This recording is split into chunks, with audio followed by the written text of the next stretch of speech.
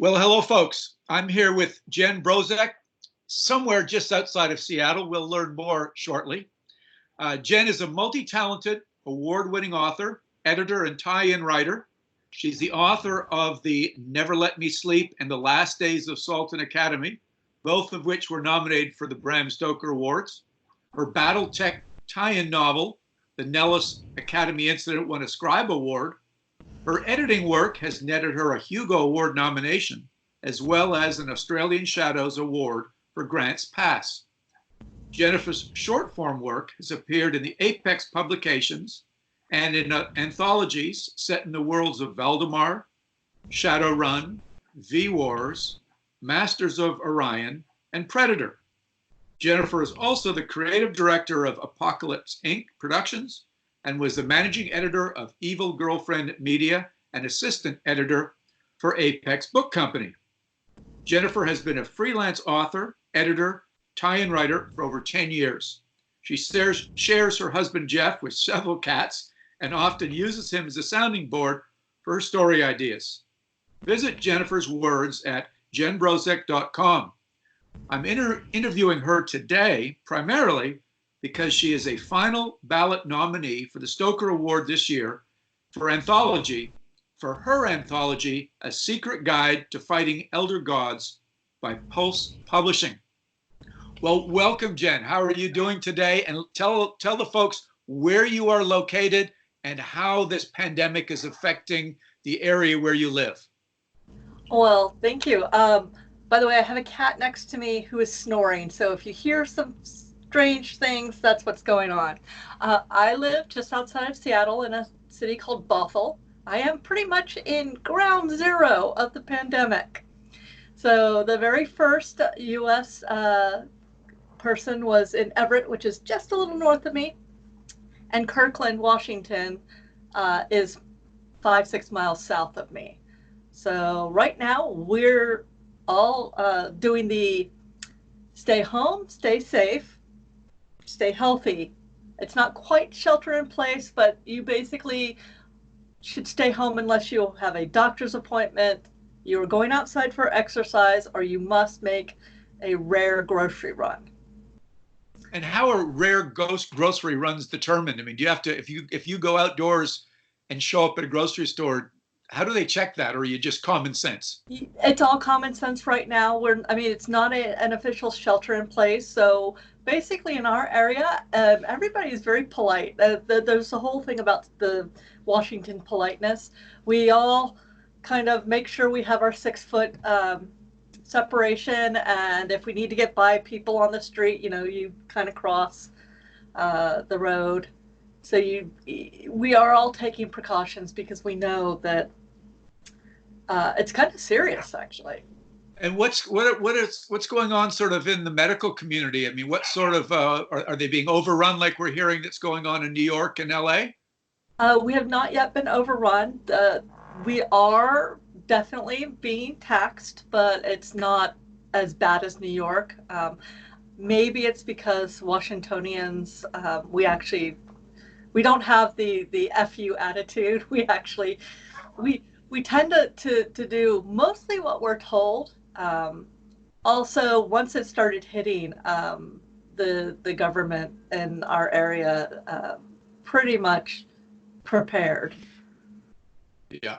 And so from the standpoint of you and your husband and your cats, there's just you guys in the house, there's no kids you have to worry about teaching, they're not shut out of school or anything? No kids. And I do have nieces and nephews, and the neighborhood I'm in has full of kids. So I have a little free library outside, and it went empty. So I had to put a call out to the neighborhood for more books. But mostly, I've always work at home. I'm a full-time author and editor. My husband working at home has been different. Yeah. So it's funny. The other horror writers who I've interviewed, we all seem to be similar. Some have part-time jobs, but a lot of them are from home. So this is not all that different, this isolation. What about, do you get distracted by the world news, either the economy or different health situations that are kind of sometimes slowing down that creative process? Well, I have to admit, the very first week that last week, it was it was very tough for me to write, and it was tough for me to edit. Also, my husband and I were still working through his office is a pocket dimension. Don't interrupt. I mean, I ended up writing a couple of blog posts about, okay, now you're working at home with a spouse. How do you do it? I am a little stir crazy. I like to go out to coffee shops. But for the most part, I usually work at home. This week, since this is my job, this is what I do. I basically said, okay, enough worrying. Get your work done, then you can look at social media. Right. And I've heard you are a bit of a coffee person. Do you have enough supplies in the house to take care of you for how long in case we do move up to a shelter in place? Well, I do have the coffee that I like to drink is actually a freeze-dried coffee from England. And so when I buy it in packs of 6. So I think I have about 3-4 months where I'm not going to have to worry. After that, then things Could might be a get problem. dire. Right. So some people it's toilet paper, but you it's coffee. That's number one. Coffee, water, yeah. Well, look, let's move on then to the actual, the book that you've been nominated for. It's sad, and we're all feeling obviously, that we're not able to go to Scarborough to StokerCon this year. The sad thing is you get nominated, and since it's not your first time, you do know it's a big high. You get to go and be sort of a queen because you're a nominee at the event. I'm assuming you were planning to going to Scarborough and sort of enjoy it. I was, and then I decided not to because of just I had a lot of conventions coming up, and then all this hit, and it was like, okay, I guess no, I am not in fact going. Right. So while I mean, I used to live in Belgium, so I have been to Europe, but I've never been to Scarborough, so that would have been really interesting for me to go to. So give us a glimpse then, some of the backstory of A Secret Guide to Fighting Elder Gods by Pulse Publishing. Since we're not going to, be able to hear you talk about it at any con anytime soon, now is your chance. Well, this is an ancient battle with brand new warriors. This is an anthology. It's a young adult, but it has plenty to make adult readers who love the Lovecraft mythos just really excited. Inspired by today's teens who they're super savvy. They have technology, they have skills, they have knowledge like never before. So this book is all about teenagers fighting elder gods. Oh, cool. And I love this idea. When you have teenager, especially activists, there's nothing that will stop a teenager who really believes. So I've got stories from like Jonathan Mayberry, who loves his character so much he's thinking about writing a novel about her. I've got stuff from Chesia Burke and Weston Oakes, Lucy Snyder, J.C. Koch, who is Jeannie Koch. And all these stories are about these teenagers who, they face the elder gods, and sometimes they fall, sometimes they give into temptation because like teenagers would, yep. Yeah, and then many times they win. Cool. And give me some of the story on the artwork. Hold that up a little closer to the camera. There we go. Give us a story on the artwork. That's really cool. So this is by one of my all-time favorite artists, Peter Tikos. He is actually a tattoo artist in Norway. Wow. And I wanted a cover where it's set in a school And you can see there's a girl fighting with the dagger, and then you have this other character who can be a boy, who could be a girl, who could be non-binary with the magical book, and it's the two of them working together. And Peter Tikos has done other covers for me, and this I absolutely love. Tell us where we can get this book. Give us the skinny on your website, all that good stuff. Okay. Well, this book is available on all the normal retailers, Barnes & Noble, Amazon. We've got ebooks everywhere.